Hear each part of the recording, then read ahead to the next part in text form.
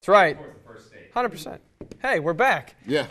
Jonah's trying to say I have bias because we promised a trip to Delaware, and we're prepared to deliver because we got to talk about the first state, as I affectionately call it, and so many of us do. A huge game tonight between Milford and Delmar, Absolutely. right? I mean, it probably looked bigger at the beginning of the year, but still a big game. Playoff rematch, championship rematch. Taking the words out of my mouth. Now, didn't see these teams, didn't we see them in a playoff game? Maybe the championship game or something. Yeah, last year, Delmar undefeated heading into tonight. And, they were out in Milford with a bit of a chip on their shoulder because they did play this team last year, and I believe it was the championship game. Yeah, I would say so. Yeah. So, rematch of last year's D2 state championship game. Milford hosting Delmar, right?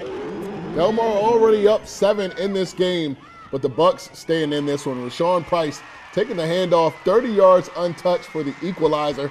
Game tied at 7. Delmar, what? But Delmar has a guy named Tayshawn Denard. He's going to get the picks from A.J. Angelo. Going to break about 6 tackles on this one. Stop. He is easily one of the hardest guys to tackle in Delaware. 69 yards for the touchdown. Now the Bucks would score to tie us up at half. First possession of the second half. Milford gets a safety, and Denard again for a short 10-yard touchdown to put Delmar up 9. Now, Milford looking to make a bit of a comeback in this one. Sean Saxon drops back and hits a wide-open Thomas Lukley with a 65-yard TD to bring the Bucks back within just 2 points. Man, can Delmar drop this one for their first one on the road? But the night belonged to Tayshawn Denard. Yeah, for real. Gets his third touchdown of the game. He had 4 on the night. This one 35 yards for the score. And Delmar, they hold on in a thriller, the final. 44-36, high-scoring affair. Yes. Yeah, and I mean, every time they get together, it seems like the games are close or competitive, so I guess we shouldn't be that surprised, right? No, great effort by Milford. You gotta, you knew they were gonna be up for a game like this, a state championship rematch, and they came out and they kind of matched Delmar's energy. This is Delmar's closest game since the championship game last year, so I think that's really interesting that Milford might have their number, but the Wildcats rolled to 20 straight now. And I keep preaching this, but you need games like this. Yeah. You can't just keep rolling over opponents and then expect to, get into the playoffs. You're going to roll over them, and then you win a state championship. Last year, they were the 8 seed. They took down the 1 seed, then the 2 seed. Yeah, they did. Eventually beating Milford. 8 touchdowns against AI DuPont in that state semifinal game. So they're returning a bulk of this roster. They're not cocky. They're confident, and they're well coached, which is why they can win these games now down the stretch, and they remain undefeated heading against Woodbridge. Also, I was getting ready to say something I wanted to allude to. You talked about it last week, the matchup with Woodbridge. Woodbridge and Milford were the only 2 one-score games on their schedule all of last year. Here we are again, week 9 and week 10, with them matched up against these same two. And we're certainly going to be covering that game last year, but for more coverage on the rest of the games out in Delaware, we're going to send it back over to Jonah. Yeah, guys, what a night it was for Delmar. That's their closest game, Jeff. You can only preach it. North Carolina up in Maryland, they didn't have any close games this year, so could that be a negative? But nonetheless, let's hop into some more Delaware action. Laurel hosting Lake Forest, and you knew it was going to be a good night when you have plays like this. Chiron Salandi with the pass to Juwan Reed. The pass falls in and out of the defender's hands as Reed gets tackled in the red zone. And then a few plays later, it's Salandi on the QB keeper, sells the inside handoff and takes it in from 4 yards out. Lake up 26-3 at half.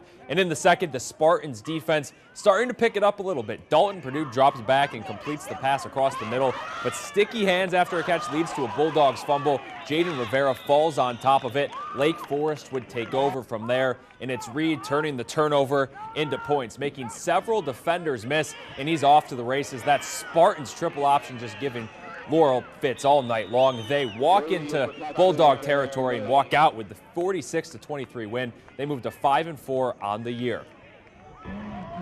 In Dagsboro, Woodbridge and Indian River, senior night for IR, but the Blue Raiders, I think they had some different plans in this one. Already up 52-14 at the half. The defense harassing Indian River all night and making it tough for the Indians to move the ball and taking advantage of some of those mistakes. The toss gets away, and the Raiders' Tajir Knox comes up with the fumble recovery.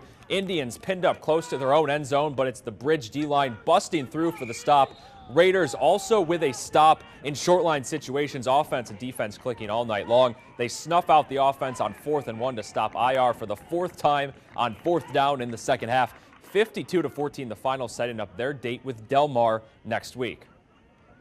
Back to last night, senior night for the Sussex Tech Ravens as they hosted Polytech in their last home game of the season. And right out of the gate, they were celebrating. First offensive play, and Jalen Sneed gets to the second level untouched, and he's gone. 68 yards to the house for his first touchdown of the game. So I say first touchdown because next offensive play, and it's Sneed again. 26 yards this time for the score. 2 carries, 2 touches, 2 touchdowns, and a quick 94 yards for Mr. Sneed. I'm sure we'll be hearing of him later. Then how about a little more offense, more damage on the ground? Last week's Delmarva Sports Insider Player of the Week, Kevin Custis, with a nice move to get past the defense, and he goes in for the 40-yard score. Sussex Tech rolls in this one. They've been hot late, 49-7. Back to the desk for some more scores. Thanks, Jonah. Elsewhere in the Henlopen, as expected, Dover all over Cape Henlopen. The nightmare season continues up there in Lewis. The Senators are actually 8-1 right there, with their only loss coming against Sussex Central. And how about Seaford snapping a 4-game losing streak? They beat Redline for their second victory of the season. Now, disappointing season. It just continues for Smyrna and those Eagles dropping to Salesianum 35-16. Sallies, they picked up their 7th win. So, good season for them at 7-2. And not really a shocker here, guys. Sussex Central with yet another shutout. Defense, they just can't be scored on. I don't really get it. But 6th shutout of the year in just 9 games. They top Caesar Rodney 39-0, hosting Indian River next week to finish up the season. It's another shutout. Gotta love Central repping Millsboro and Georgetown there. Absolutely. Love it. Absolutely. I also want to note really quick, we talked about how the number 1 team in Maryland was Queen Anne's. Yeah. Number 1 team coming into this year, Smyrna. Yeah. Both number 1s falling hard this year, man. Just the way it goes, I guess, right? Yeah. So a great week if you love Delaware football like myself. And really, you're kind of talking about the takeaways already. Smyrna not being what we thought they were. Sussex Central's defense being great. Anything else? Yeah, who would have thought that, week 9, we're seeing Smyrna out of the playoff race where there are 8 of 14 teams in the Henlopen still alive in the playoff hunt, and one of them is not Smyrna. We saw Tech. They still have a slight chance. They just need a bunch of losses from some other teams. I think one of the teams that really has stood out to me, especially their offense, is Dover this year. Yeah. Because, they got some weapons, man. They have some weapons. You have Jordan McGee. He's going to Temple University. Cool. That's good stuff. I've got to plug it nonetheless. But they're having a really good year. A lot of offense, a lot of really good things coming out from that team. And, of course, Sussex Central. The team just can't be scored on. So if you score points and you can't be scored on, that's a pretty good recipe for success. But we're talking a lot of Delaware football. We talked a lot of Maryland football. And when we come back, we're going to be talking a lot more about our Delmarva Sports Insider Player of the Week, along with some of our top plays. And don't forget, we've got some news to get to tonight, folks. Dozens of Wicomico County residents have benefited from Project Read. Today, we're taking a look at how they've helped adults overcome some personal struggles. Hi, my name is Will Argo. I play offensive guard for Sussex Tech, and you're watching Delmarva Sports Insider.